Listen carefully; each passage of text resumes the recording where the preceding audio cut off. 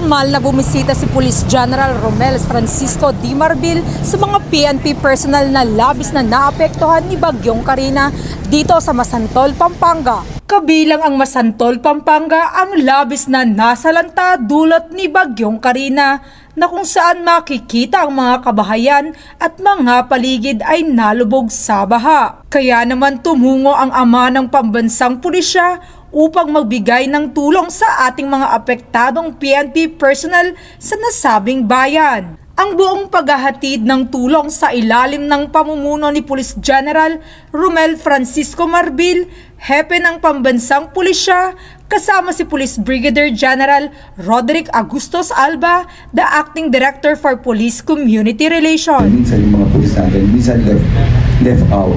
After they do their work, walang nakakapansin. Sabi ko, ito na po, let us help yung mga tao natin. And this is time na binabago po natin yung sistema. Kung may mga abot pong tulong sa atin at mga tumatawag, sabi ko, kung gusto niyo, may tutulong po sa police natin. Pero ito po, yung dadalhin po natin, it's a courtesy coming from the whole Philippine National Police, from the headquarters to the regional directors, from, of course, dito po yung provincial directors po. Ito po yung matutulong namin. Kahit na paano, sana makatulong po sa inyo. And yung itutulong namin, isang bigas, sa konting dilata, of course, meron pong cash amount na may tutulong sa inyo. This is how way. This is the only way na makapasalamat po kami sa inyo. Maraming salamat po sa serbisyo nyo. Kakaasa po kayo na mga pulis natin, lalo na yung mga kasama nyo dito, hindi po namin kayo iiwanan. Yun lang po yung gusto namin.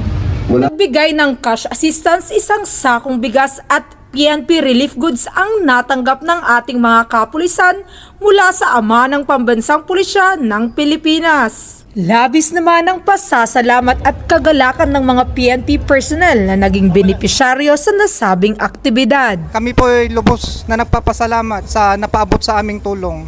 At ito po ay magagamit namin lalong-lalo na sa pangangailangan ng aming pamilya. Maraming salamat po, Chief PNP, mabuhay po kayo. Samantala, ikinagagalak din ng hepe ng Masantol PNP na kung saan kabilang sa nabigyan ang kanyang mga tauhan ng tulong mula kay Police General Marbil. Nais ko po munang magbigay ng taus-pusong pasasalamat sa ating Chief PNP Romel Francisco Marbil. Siya po ay epitome o simbolo ng tunay na pulis na masikap, dedikado, at talagang masasabi po natin na isang huwarang halimbawa ng isang tunay na pulis sapagkat hindi lamang po pagtulong sa komunidad, sa taong bayan ang kanyang ipinapakita, kundi gusto po niyang magbigay ng halimbawa na ang ating kapulisan ay dapat pong alalayan sa mga pagkakataon na kamukha nito sapagkat po ang ating kapulisan ay mga tao rin po na tinatamaan din ng mga kalamidad, na tinatamaan din ng sakit at nagkakaroon din po ng mga problemang legal. At yun po ay ang tumimo sa puso ng ating mga kapulisan dito sa bayan ng Masantol. Ibinahagi ng ama ng pambansang pulisya ang kanyang tunay na layunin sa pagbibigay malasakit sa mga PNP personnel. Charity begins at home. Kaya po kami pumunta at sabi ko kasama natin, no, let's give these people our salute. Come on, we want to build our we want to build our community. We want to change inside. We cannot change yung pananaw natin sa buhay kung hindi tayo magbabago sa loob. Nagbibigay kayo ng magandang serbisyo sa labas. Kami naman po dapat alalayan namin kayo. We will also give you the best service. You deserve it. Maraming salamat po sa pulis natin. Of course, nandito po yung congressman and mayor natin at mga senior officers natin. Thank you so much for helping the Philippine National Police na makabangon ulit. Let's bring back our dignity. Sa bagong Pilipinas, pag gusto ng pulis, ligtas ka! Ngayon, happy ka.